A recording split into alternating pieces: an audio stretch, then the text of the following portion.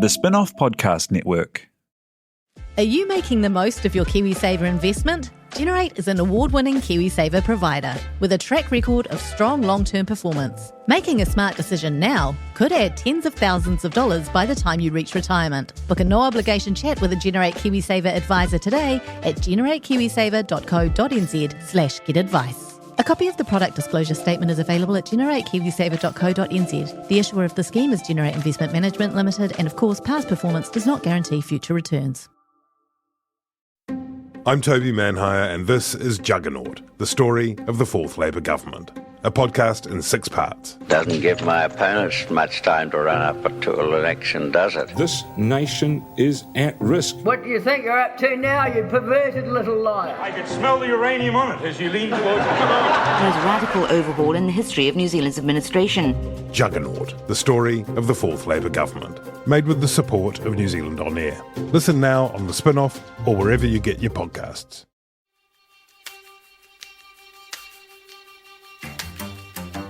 From The Spin-off and the New Zealand Life, I'm Toby Manhire, and this is W-Town. A little over a week ago, I received an email with the subject line, Ben Thomas is stuck in W-Town. I was intrigued. He seemed strange, brilliant, and angry. Angry mostly at W-Town, that's Wellington, the backwater capital of New Zealand. This is the story of Ben T, the story of Double Town, the story of a podcast delayed interminably while Ben was stuck in fucking Wellington. and a story about a treasure, except there isn't any treasure.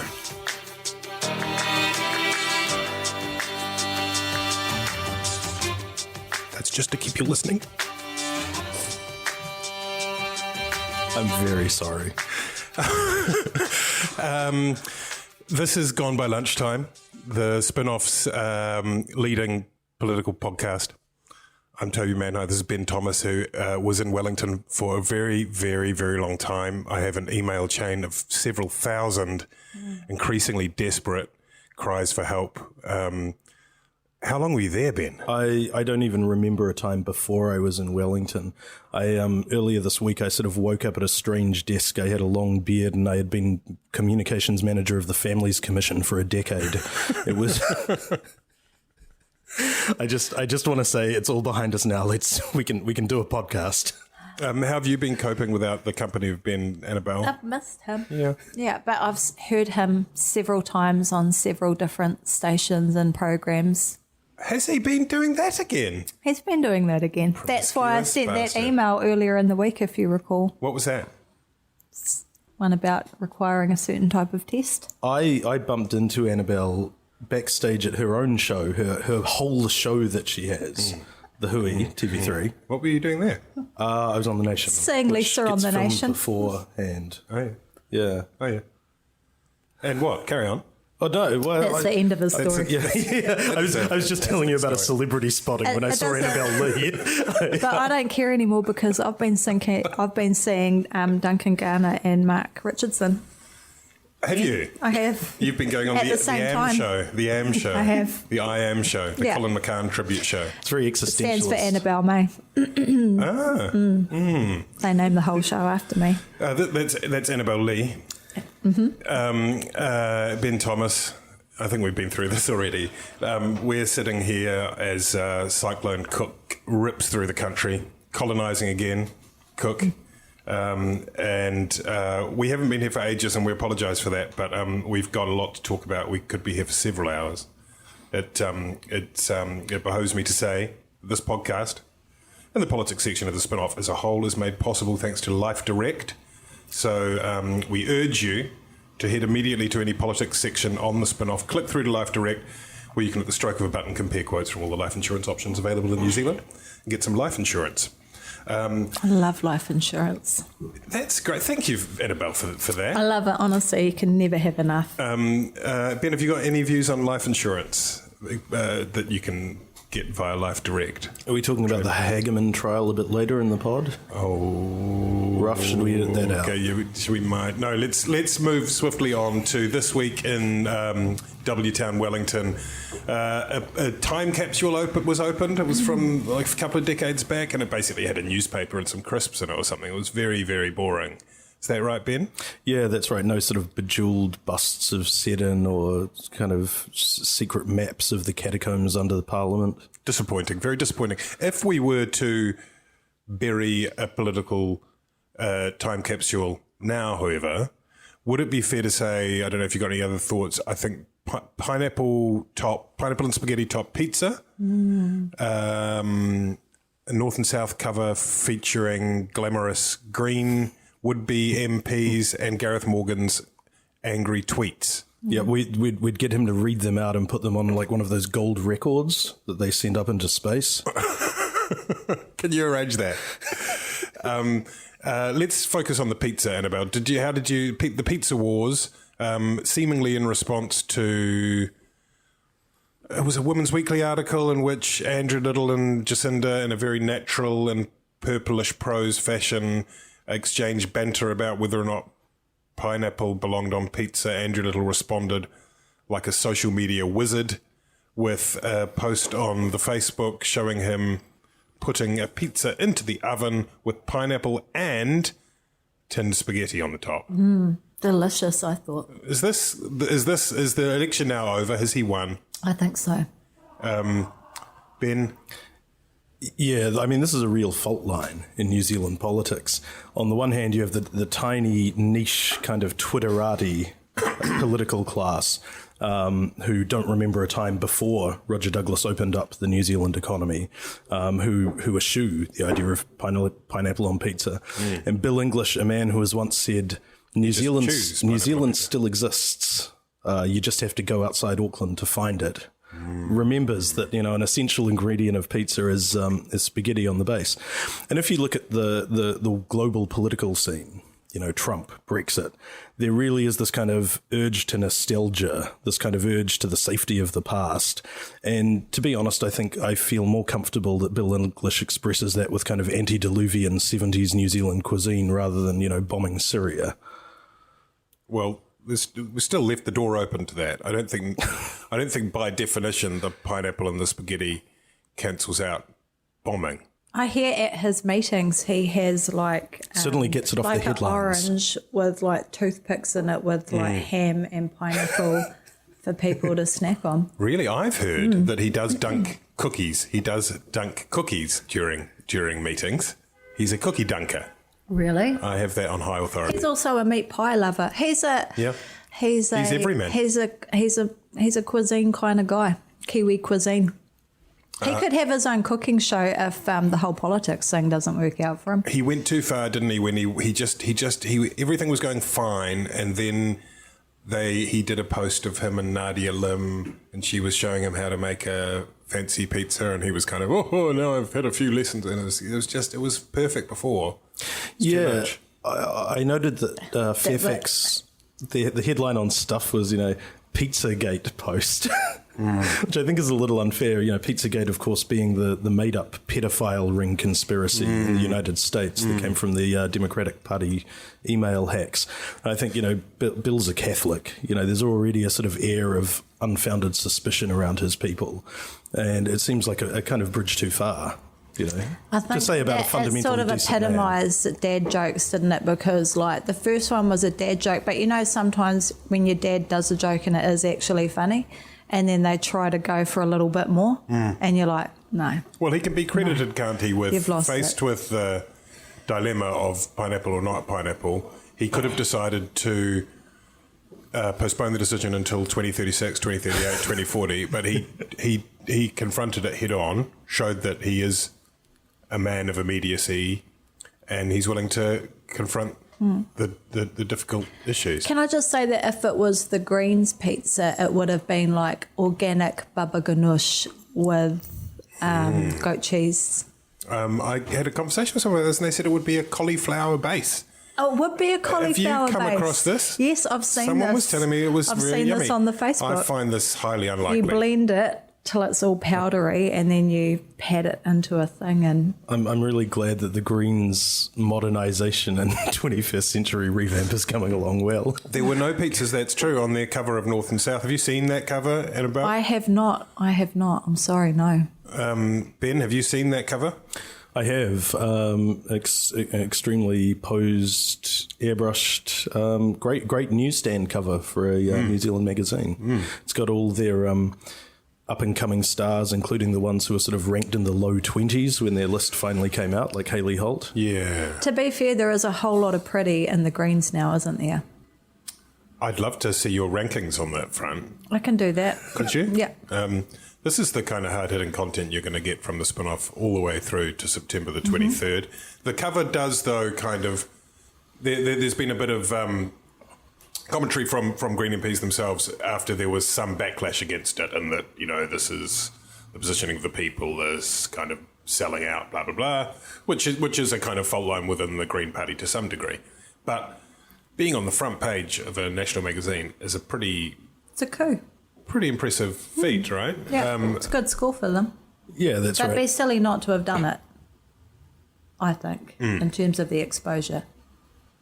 And James Shaw has actually done a really great job of sort of allaying the concerns of people who think that the Greens will be a little nutty if they ever get near government. Shaw gets a really good reception from business audiences and, all of those kind of old Rotarian clubs that, that kind of constitute most of the election circuit. So, I think they do have a perception issue, but I think along with, with those kinds of steps, getting Shaw up front and also the Memorandum of Understanding with Labour, they have actually successfully sort of mainstreamed themselves more than they have in the past, I think. But I'm not so sure about Shaw, if you'll forgive me the pun.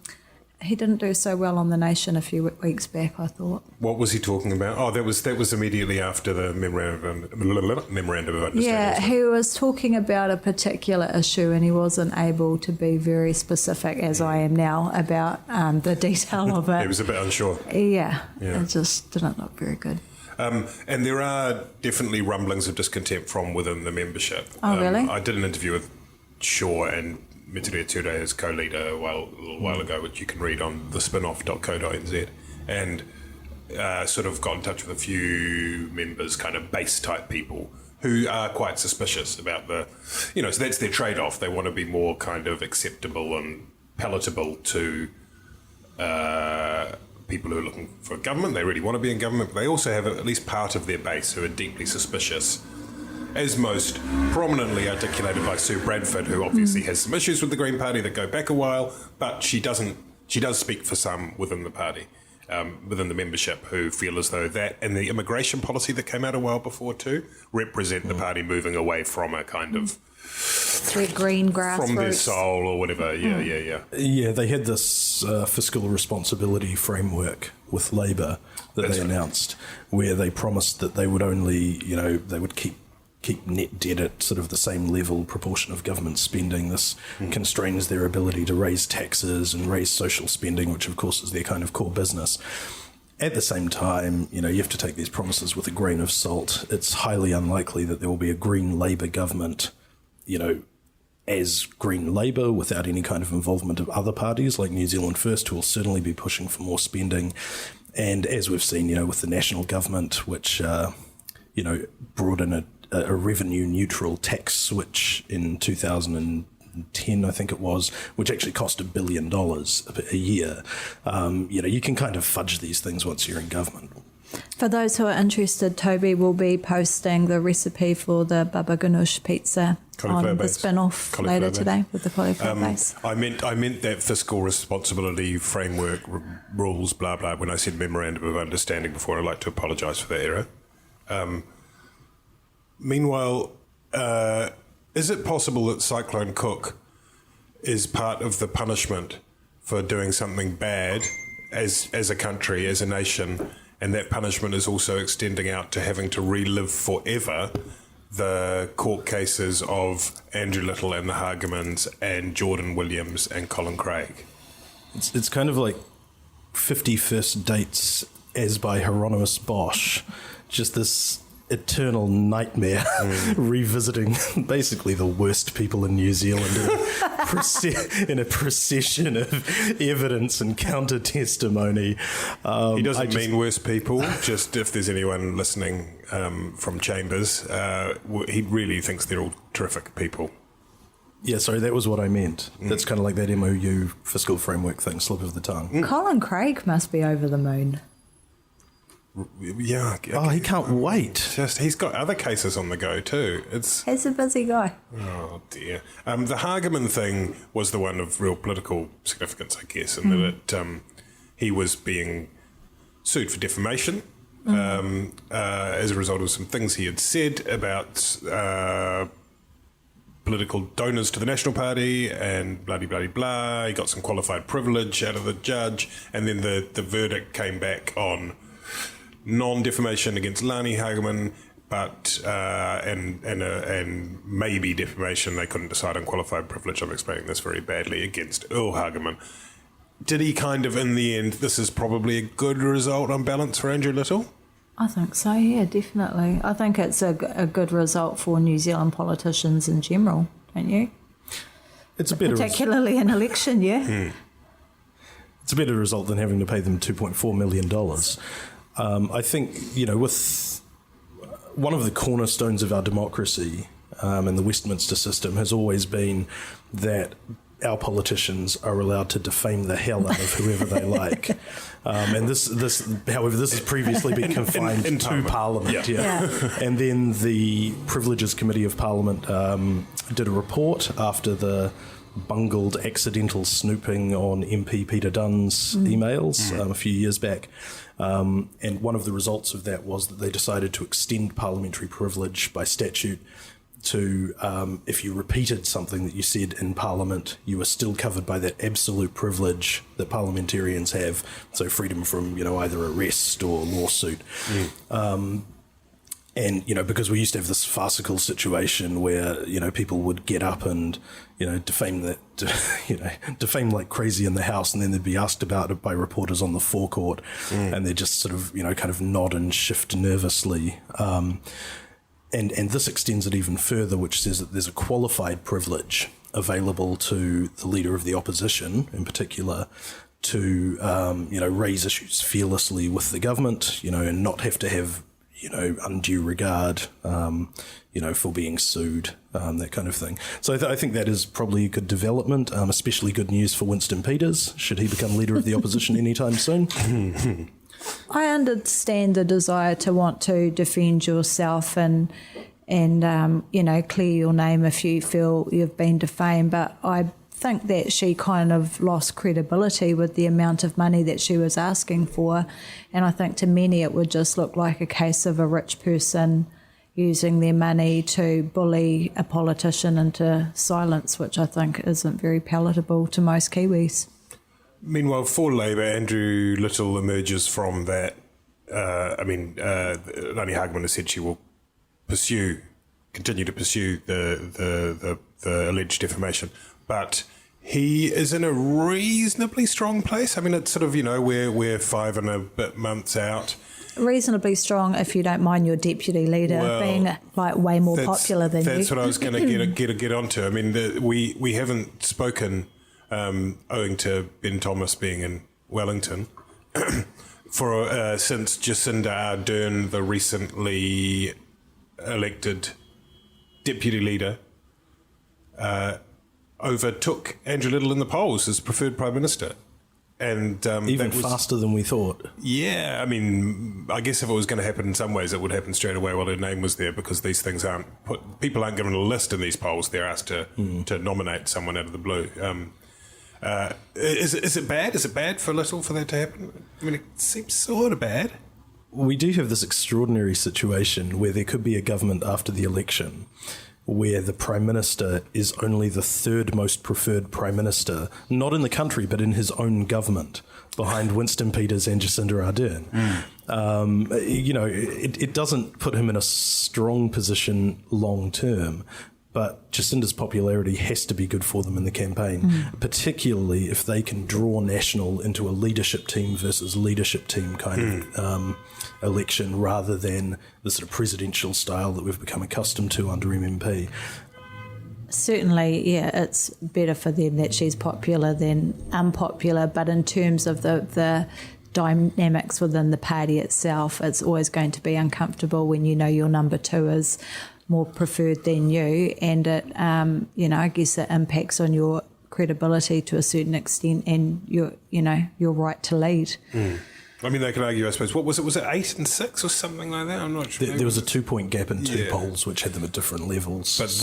But the combined, I mean, this is sort of creative accounting in a way, but it's probably the highest score for a Labour leader if you're willing to combine them together, which to some degree is probably good that they can count that as a positive. Yeah, I mean, without being cruel to Andrew Little, who I actually have a lot of admiration for, and I think he's a very good politician, none of his support would be personal support based on Andrew Little. That is all just something that attaches to the Labour Party leader.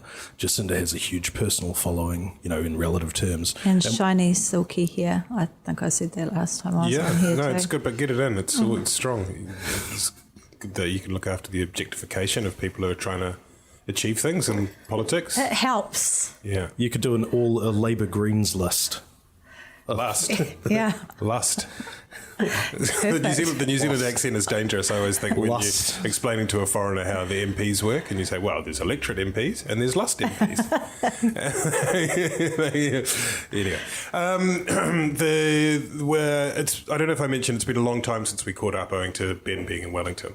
And so we haven't had an opportunity to talk about Hit and Run, which dominated the headlines for a full fortnight, really, before Bill English kind of drew a line under it, for now at least, by saying that there wouldn't be an inquiry after looking like he was, partly inclined to for a while there. Annabelle, you were an executive producer on Native Affairs on Māori TV when the John Stevenson item aired in 2013? 2014. Something like that. Somewhere around there. And that, it was interesting that much of the book was also in that short film. Yeah, it was like a truncated version of the book. Yeah, so were you interested to see the coverage it got this time compared to then? I did. Well, it actually did get really good coverage at the time, particularly internationally. It was well reported, and there was a little bit of a media kerfuffle at the time, not as much as this time, obviously. But I think, it's one thing to read the book, but when you actually see the villagers sitting down and talking to John about the shrapnel that they have in their legs as a result of that attack, their loved ones that died, seeing their death certificates and those sorts of things, it's hard not to feel that, an inquiry is the least we could do, because while the NZDF and Nikki and John might not be 100% sure where these villagers live, the villagers do, and they're adamant about what happened to them and what they saw and what it's done to their community. I should probably back up a little bit, and for anyone who has been living in a cave or overseas, the book is Hit and Run, authored by Nikki Haga with John Stevenson, who did that TV item a few years ago, and its core allegations are that in a botched raid in Afghanistan in 2011, is it? Earlier. 10? Anyway, that 6 civilians were killed and a number of others injured, among those killed being a 3-year-old girl called Fatima, and other allegations which haven't had as much coverage include that a prisoner was beaten by the New Zealand forces, and that a prisoner was transferred to a place where the prisoner was likely to face torture with Afghan forces. You, Ben, I think were at the launch of the book in Wellington, which is your favourite place. I was at the launch to see the deflated faces of the political reporters when it turned out it wasn't a book about bloggers. But you thought, I think I saw you say that it was a more important book book than the dirty politics book that you're alluding to there? Well, the allegations are certainly higher stakes than emails or texts with bloggers, absolutely. But for that reason, because it is a long way away, there is this sort of cloud of uncertainty, yes. The maps and counter maps. I think it's a bit harder for people to really get a grasp on, and so it doesn't sort of capture the imagination of, I guess, the political class in New Zealand in the same way that some of Haga's previous work has. And what did you make of the response to it, which came initially from Keating for the NZDF and then subsequently Bill English saying nope? I've got some sympathy with the NZDF and with the government on this. I think Nicky Haga has unearthed great material during his career. Sometimes I think he oversells it a little. So, for instance, there are those, there's a photograph in the book which purportedly, which on some readings of the caption, and my reading of the caption suggested that it was showing SAS shells and SAS drink bottles, and when that was kind of debunked that was possible, Nicky Haga said, well, we never said that. We just put a picture of these items and a short caption about in the text SAS. itself. It's pretty clear that. Well, it sort of feels to me, at least, that we kind of lots of these things, including whether the villages were 2 kilometres away from these villages, or whether the village was called Turgaran Village or Karidad, this isn't trivial. I know this sounds like nitpicking, but that kind of thing isn't trivial, because it's not just a matter of, actually the village is 2 kilometres to the north of where you thought it was. It's actually that, once you transpose it onto the terrain, certain features... Except that Turgaran isn't actually a village at all. It's the name of the region which the NZDF flubbed their way through. I think you're right in that for most New Zealanders it's a exotic country far, far away that they have no idea about, and because of that the NZDF are able to kind of take advantage of people's ignorance, for want of a better word. The truth is they're not even villages, they're like little hamlets. But people don't know that, and there has been some subterfuge, NZDF saying, oh look, it was a really lush area where this happened, and if you look, it's not lush at all, it's a I don't know, arid kind of place or whatever, and actually it's not. And if you look at the photos in the book, it shows that it's not. But in any case, why the NZDF should be in a position where they get to influence the Prime Minister over whether or not there's an inquiry seems very undemocratic. I thought it was extraordinary when Bill English said that he had taken independent advice from the head of the NZDF. I mean, even if that is a proper process to go through when these kinds of allegations come to light, but it's not really enough to give the public surety. I'm pretty sceptical about the claims, but I think that I think the public would benefit from an inquiry into it. And it won't go away, will it? Because we've got, on the one hand, there is a case being taken by New Zealand human rights lawyers on behalf of the villages affected, the ones that Stevenson spoke to for the book. So that's not going to go away. But also, you would expect, wouldn't you, and I have no sort of intel on this, but you would expect that many of those sources, having seen the response from the NZDF, on which basis Bill English ruled out an inquiry, would be at least considering, if not putting their name to it, fleshing out some of their information. I have been lucky in my career to be mentored by some particularly great men like the late great Kingi Ihaka, Kingi Taurua. They were men who served in SAS, and they were men of great mana and integrity and manaakitanga. And I think, for men like that, and for all New Zealanders, we should be able to have faith in the work that our troops are doing overseas. And I think for that reason alone, but there's a million reasons why we should have this inquiry, but for that reason alone we should have an inquiry so that New Zealanders can have faith in our SAS and the work that they do.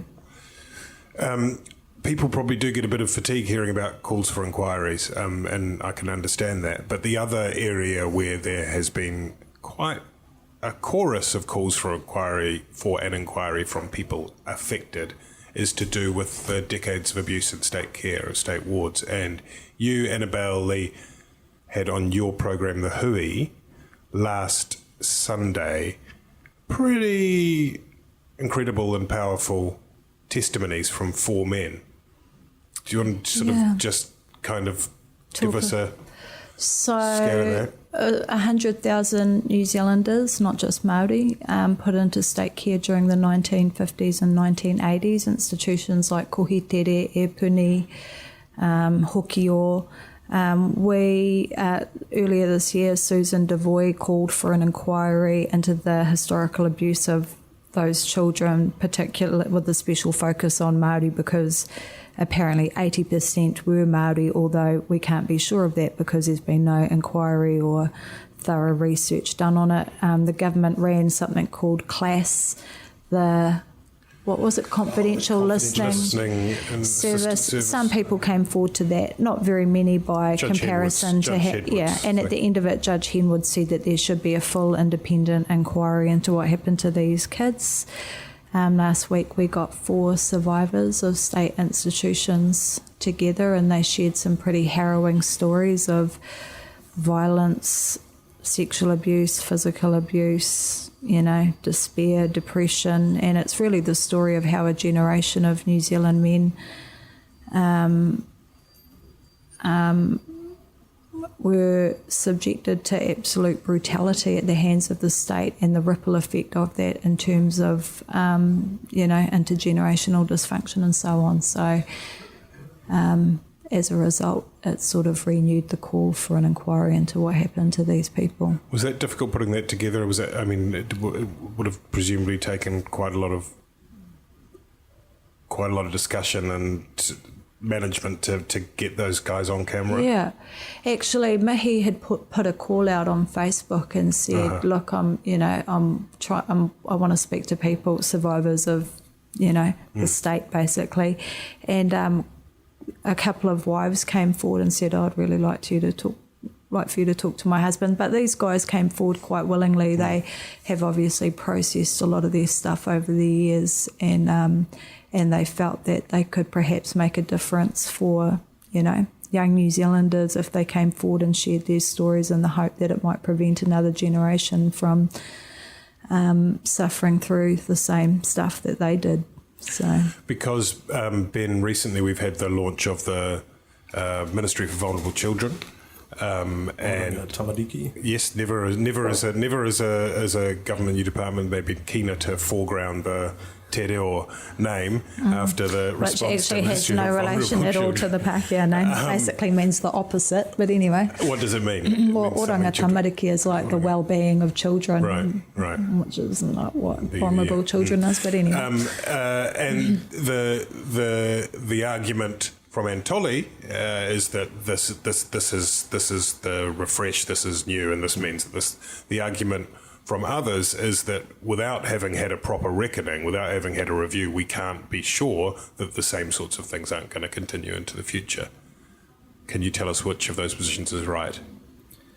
I did a bit of work on this stuff long ago, and I don't know if this is still the government's position or even was then because of my faulty memory. One of the issues that there is in this sort of in this very broad case is that these are hugely affecting, emotional, very tragic stories. There is a question around to what extent it's systematic. If in the case of say the Lake Alice abuse cases of patients with mental illness who are sort of subjected to experimental treatments that were well outside the bounds of what you would expect at the time and in the era that it happened. This covers a very broad swathe of people in a lot of different institutions with a lot of different circumstances. So whether it's actually amenable to a sort of structural review in that way, particularly since now we don't really have those same institutions in terms of the sort of the state providers of care. I think it's not quite straightforward. Here's one good reason why there should be an inquiry. Is the government able to guarantee New Zealanders that those social workers, state social workers, paid for by the state wards in the care of the state, so these are representatives of the state who sexually, physically, mentally and verbally abuse these children, can the government guarantee that none of those people are practicing social workers anymore? And can they guarantee that none of them work with any children anymore? That's one good reason to have an inquiry. One of the things that, the listening service that Carolyn Hedwood ran wasn't inquiry. It was intended to offer, and it was sounds like an incredible thing. It was a very kind of powerful and emotional raw report that Carolyn Hedwood wrote. But in that, one of her recommendations, although she might have been slightly overreaching in the recommendations, was that there should be a police complaints authority style body whereby people can receive an independent assessment of complaints about what happened to them in state care. And it seems as though, and that was ignored, as far as I can tell. That was not, and that seems like a pretty straightforwardly useful and important thing. Yeah, I think when you're looking at, particular social workers, say if they're still working, and allegations about them, they're really, then this whole natural justice kind of requirement comes back in, and you have to start looking at it on this really minute level of kind of legal wrongdoing, because those people then become affected by the outcomes as well. And whether a commission of inquiry is sort of the right level of detail to be looking at, individual people sort of across all of New Zealand. Yeah, I think there's questions. Thanks, Ben, for that, but we're agreed there should be an inquiry. Sorry, Ben. To talk about something more fun, let's talk before we send Ben back to Wellington, where he's been for some time holding up this podcast. Let's talk about the Maori seats, which are the kind of everyone's let loose Game of Thrones analogies and everything else, and it is the most interesting battlefield now in the lead up to September 23 election day. We've got, apart from anything else, we've got this Māori Party mana deal whereby Hone Harawira gets to stand unopposed in Te Tai Tokerau and then doesn't stand anyone in the other seats against the Māori Party. But that's already being tested. There's already some serious tension there with Hone saying that the RMA... That Ture Whenua Māori, the Māori land reform bills. Māori land reform... Poisonous cancer, I think he called it. Poisonous cancer, which is really... Is that tautologist? I don't know. I guess we shouldn't get bogged down in that. But Marama Fox appeared on The Nation, I think it was, giving a very, come round, have a cup of tea, it'll be fine response, which she's very good at doing, but you kind of, can the deal hold? Well, we had both Marama and Hone on our show the week before, and both of them were at pains to say that that their deal is strictly in the electorates and that they still have the right to take potshot at each other's policies. So, obviously, it's never good when, your political ally is publicly describing your policies as a poisonous cancer, but, it seems like they have come to an agreement. And it's in their interest. And it's in their interest. And the truth is that it only has to hold until the election. It's not like they have to work together afterwards. So I think it'll probably be okay. I think they'll make it to the finish line. Bruised and battered, probably, but, still in one piece. Yeah, if you look at the Māori seats in the last election, it was vote splitting between Mana and Māori that actually returned a lot of seats to Labour. So Tamaki Makaurau, if you merge the Mana and Māori votes back together, they beat Labour.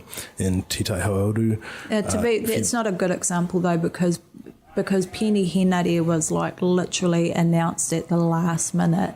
So I think had he had longer to campaign, he might have got a better result. But because the Labour Party bollocked that up so magnificently, he kind of got a bit of a hospital pass. So I'm not sure if... You're right, but I'm just not sure if you can count Tamaki in the mix for that one. Yeah, even Ekaroa Rāwhiti, Mika Whaitiri, becomes not marginal, but it becomes pretty close. If as Matt McCartan would... That is a stretch, Ben. That is a big stretch. Even if you were to presume that all of the Hamuini Kora's votes went to Marama, Mecca still would have got in by a good shot. It's not a huge margin. I think it's about 1,000, isn't it? That's good in Māori seats.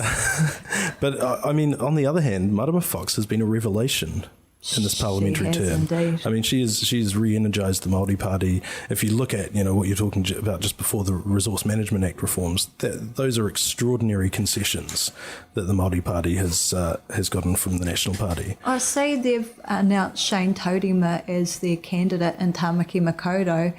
And I've just been wondering, I know that Marama says that she wants to stand with her people in Te Tai Rāwhiti, but if I was the boss of the Māori Party, I'd want, because she has a huge profile in Auckland. She has a huge profile everywhere, but she seems like if anyone could take on Penny, it's hard to find anyone who doesn't just kind of warm to and admire her. Really? Or are there people who? I think she's been probably the most exciting thing to happen to the Māori Party, and I think she's the perfect sidekick for Te Ururo because she is so stroppy personality, plus I think a lot of wahine Māori can really relate to her. She's personable, she has a great relationship with the media, she's a smart operator, so I'm surprised that they didn't consider, maybe she said no, maybe they've been begging her the whole time, I don't know, but to me she seems like someone who would do very well in Tamaki Makaurau. So still in the Māori seats, the other thing that happened is the Labour Party announced, or the Labour's candidates of their own accord, entirely unilaterally and autonomously, decided that they only wanted to stand in the electorate for the Māori seats, and they would not be on the list. And that was I just didn't really understand that. I mean, you can see for Kelvin Davis up against Tony Harawira and no Māori Party candidate up north, that means that he can spike the guns of the argument that don't worry, you'll get him anyway, 2-for-1 deal. But otherwise, does it make sense to you?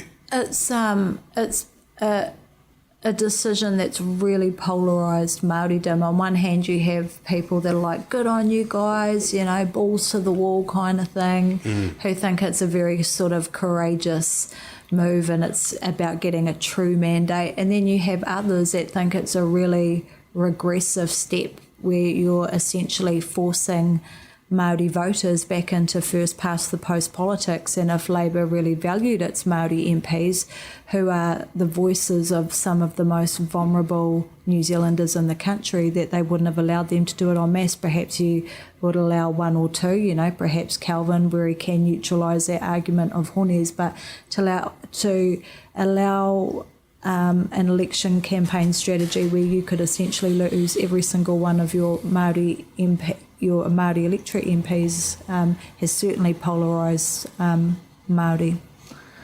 It's definitely an interesting decision in the sense that, Andrew Little says, they didn't want to be held up by the belts and braces. They wanted to get out there and do it themselves. Noticeably absent from wanting to be free from these sort of nannying, mollycoddling restrictions are Andrew Little, List MP, Trevor Mallard, List only MP. Willie Jackson, David Parker. Well, Willie's a slight exception because the other ones are extremely white Labour Party apparatchiks. There's definitely a double standard. In a way, it's good political management. This is a way of really driving those people that, have previously contended are in pretty marginal seats. Tamaki Makaurau, Te Tai Hauru, and possibly Kelvin. To really motivate them to not sort of rest on their laurels. But I think it does kind of call back to that instrumental approach that Labour has had with its Māori MPs over the past 20 years. So you mentioned, sorry, I'm just finishing off a mouthful of hot cross bun there. You mentioned Shane Taurima, Annabelle, who's returning to stand for the Māori Party in Tamaki Makaurau because Willie Jackson isn't. And Willie Jackson as well, and we've also got Tamati Coffee floating around. Tamati Coffee and Waiariki. All the ex-broadcasters. All and ex-broadcasters. so it seems like an opportune time to offer both of you the chance to declare which seats you'll be standing in the I am going to be a list MP with the ultimate goal of being the Minister of Confectionery. Interesting. Does confectionery include hot cross buns, or is that a different category? I suppose it's a different category. It depends if the cross is made from chocolate or not. Oh, I see. If it does, then of course that's part of my ministry. Be part of your Comes portfolio. under my portfolio. Okay, good. Ben? Well, I understand Minister of Foreign Affairs is probably going to be open after the election. That seems held open for a while. So seems like a good idea. Look, I could fill in that for basically any party, just because I want to put as many miles between me and Wellington as possible. You know, Kazakhstan visits. Do we need to sort of reignite our links with Belarus? Oh, Ben. This has been W Town, aka Gone by Lunchtime. Thank you very much, Annabelle. Thank you very much, Ben Thomas. Thank you very much, Jose Barbosa on the decks. I'm Toby Manhire. We'll catch you next time. Okay.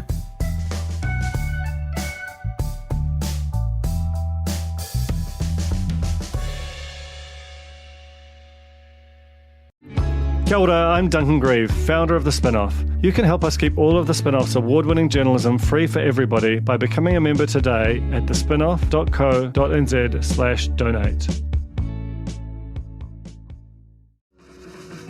Are you curious about how business can be better?